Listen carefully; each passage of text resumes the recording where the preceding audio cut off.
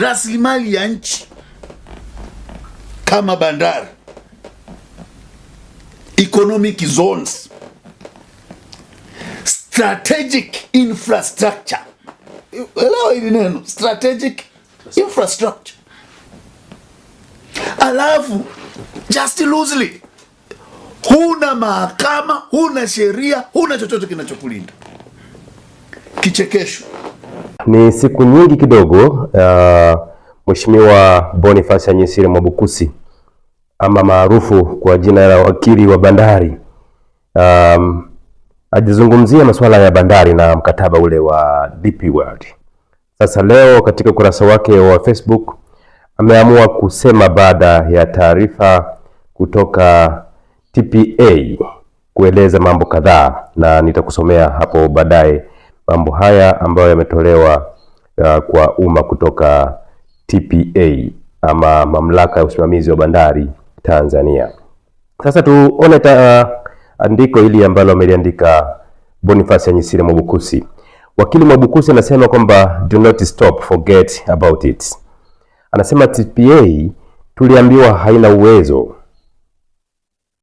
wakaletwa wenye mtaji DP World. Je, umewahi tangaziwa wamewekeza kiasi gani hapo bandarini? Anahoji hivyo kwenye paragrafu ya kwanza kabisa.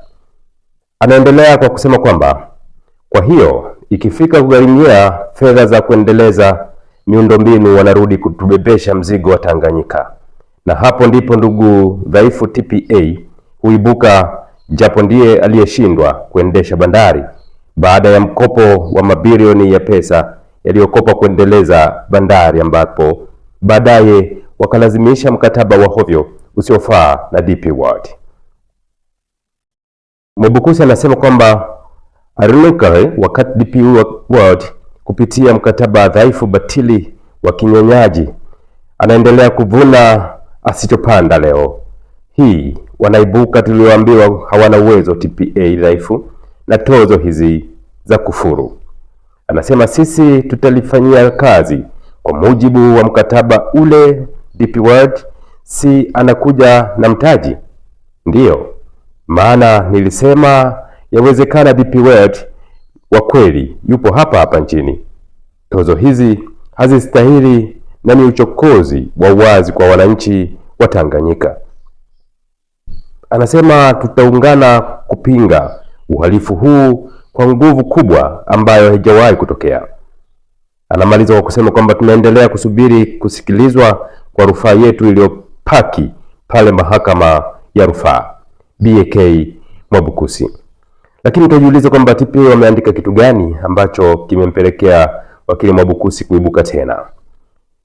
Hapa TPA, Wizara ya Uchukuzi, Mamlaka ya Usimamizi wa Bandari Tanzania TPA, yasema taarifa kwa umma kusogezwa mbele kwa kuanza kwa ada ya uendelezaji wa miundombinu ya bandari 2026 Jumatatu Machi 9, 2026 Dar es Salaam. Tangazo hili ndipo limeandikwa hiyo tarehe 9 mwezi wa 3 mwaka 2026 jijini Dar es Salaam siku ya Jumatatu.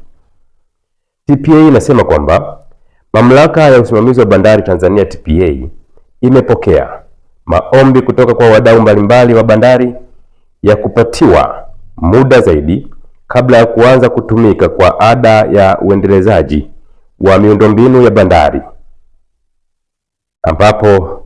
ambayo iko kwenye kitabu cha ada za bandari za mwambao wa bahari cha mwaka 2026. Taarifa hii inasema kwamba baada ya kupokea na kuchambua kwa kina maombi hayo, TPA imeridhia kutoa muda zaidi kabla ya kuendelea kutumika kwa ada ya PID hadi tarehe 1 Julai mwaka 2026. Taarifa hii inaeleza kwamba nyongeza ya muda imetolewa ili kuwawezesha wateja wote, wadau, kampuni za usafirishaji wa meli, mawakala wa forodha na wasafirishaji wa mizigo, waagizaji, wauzaji nje na ndani ya nchi, pamoja na umma kwa ujumla, kujiandaa vyema zaidi, ikiwa kumwezesha kila mmoja kukamilisha masharti ya mikataba alionayo baina yake na wateja wake wa ndani na nje ya nchi ndani ya kipindi cha muda uliobaki hadi kufikia tarehe 30 Juni mwaka 2026. Na kumwezesha kila mmoja kurekebisha masharti ya mikataba yake ya kibiashara baina yake na wateja wake wa ndani au nje ya nchi ambayo yataendelea kuwa hai baada ya tarehe 1 Julai 2026 ili kuendana na matakwa ya ada ya PID. Taarifa hii inaendelea kwa kusema kwamba aidha, ikumbukwe kuwa hii ni mara ya pili TPA inasogeza mbele kuanza kwa ada ya PID. Hapo awali ada ya PID ilikuwa imepangwa kuanza tarehe 8 Februari mwaka 2026. Kutokana na maombi yaliyopokelewa kipindi hicho, TPA ilisogeza muda wa kuanza kwake hadi tarehe 8 Machi mwaka 2026 kwa sababu sawa na hizo zilizoainishwa kwenye ibara ya A na B hapo juu. TPA inaomba yafuatayo yazingatiwe na wateja wote ambao wamepata ankara zao tarehe 8 na 9 Machi 2026. Kwa mteja yeyote ambaye ameshafanya malipo ya ada ya PID tarehe 8 au 9 Machi, anaombwa kufika katika ofisi ya TPA kitengo cha ankara za bandari aliyopo kwa ajili ya kupewa utaratibu wa kurejeshewa kiasi kilicholipwa cha PID. Na kwa mteja yeyote ambaye ana ankara ambazo bado hazijalipwa, anaomba kufika katika ofisi za TPA kitengo cha ankara za bandari aliyopo kwa ajili ya kufanyiwa marekebisho ya ankara yake kabla ya kulipia. Imetolewa na Mkurugenzi Mkuu Mamlaka ya Usimamizi wa Bandari Tanzania TPA. Baada ya taarifa hiyo kwa umma, ndipo wakili Mwabukusi kaibuka na andiko lake hilo, lakini pia wasomaji wa ukurasa wake wa Facebook, Mheshimiwa Boniface Anyisire Mwabukusi akiwemo Clement Magembe, anasema hivi: tuna serikali ya matapeli wasio na akili. Walisema DP World ni kampuni yenye uzoefu na uwezo mkubwa wa kuendesha bandari na wana mtaji mkubwa. Leo TPA wanakuja na madudu ya utapeli wao. TPA World, DP World ni akina nani hawa? Waarabu au mafisadi waliokodi jina ili kutuibia Watanganyika? Wanaoficha mkataba wa hovyo hao ndio wanajiita DPW. Ambwene Malango asema tuna uongozi. Maoni yake hapo. Ngete Ibrahim Chabala anasema Kitenge Zembwela na yule mwenzao waje kusoma hapa. Walipiga kambi bandari kutuaminisha hao jamaa watapunguza gharama za bandarini. Lumuli Kasupa anasema Mwenyezi Mungu wakulinde, wakili msomi BAK Mwabukusi na wenzako mliosimama kidete kwa niaba ya Watanganyika wazalendo kupinga mahakamani mkataba mbovu wa DP World. Alute continue. Mungu watusaidie kwa ukombozi wa pili wa Tanganyika yetu, second liberation of our Tanganyika. John Damian Masawa anasema Tanganyika imepokwa nguvu, wasiokuwa na dila wanatawala. Ibrahim Ali anasema Mwalimu Nyerere aliwahi kusema ni upumbavu mkubwa kwa mtu mwenye akili kusema Tanganyika Tanganyika akifikiri kuwa ni akili, kumbe upumbavu.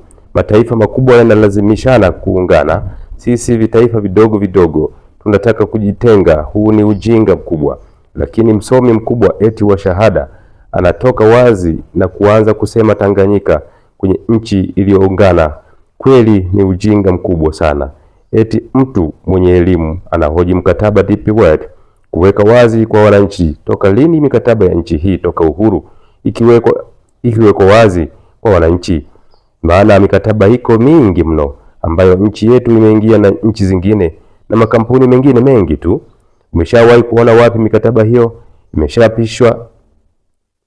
imechapishwa kwenye magazeti ya serikali na magazeti mengine ili wananchi wa kawaida waisome.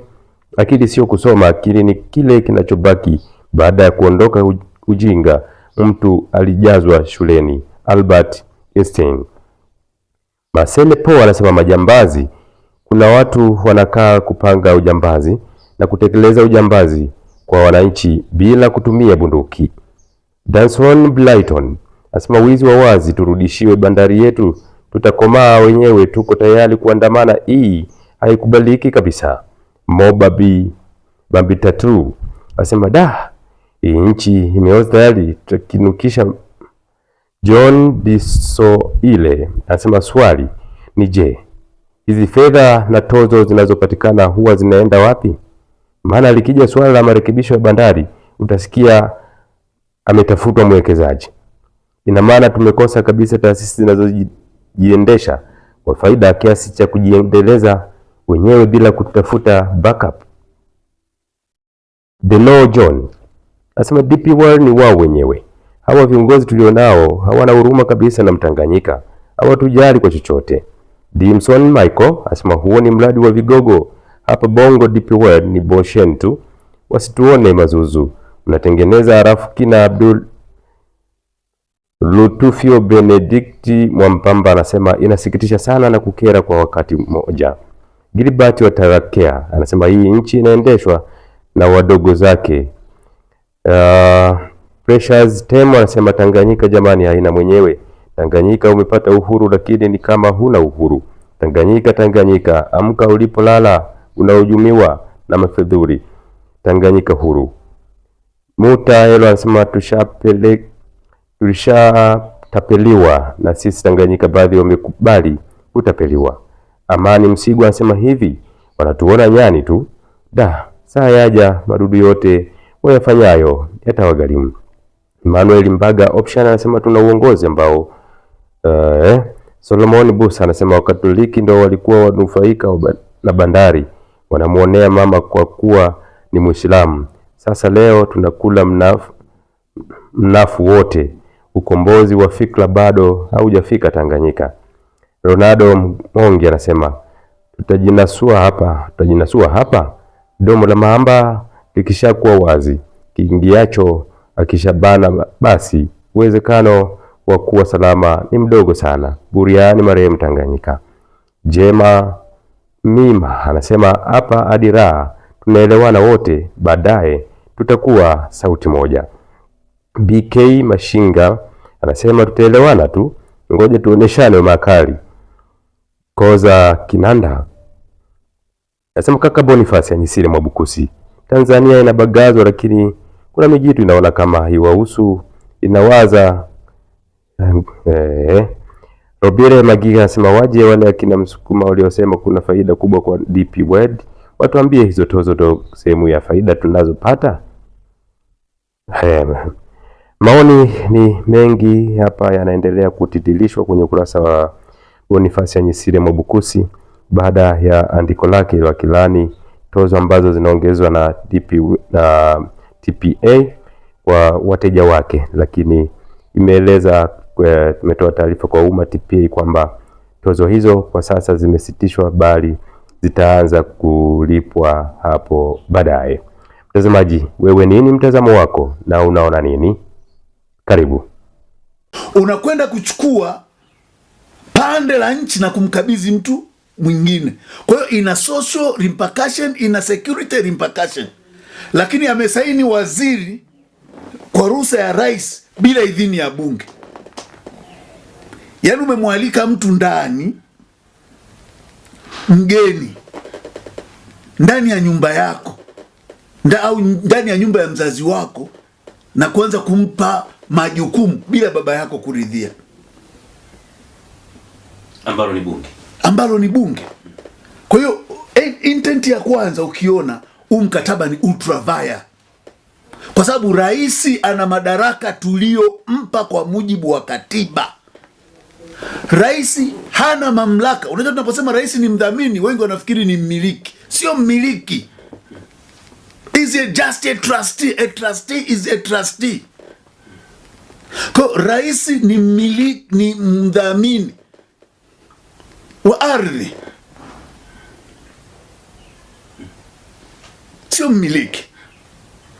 Na jambo la pili, hakuna sehemu yoyote kwenye katiba ambayo inaweza ikawa hata inferred, hata kwenye sheria kumpa haki rais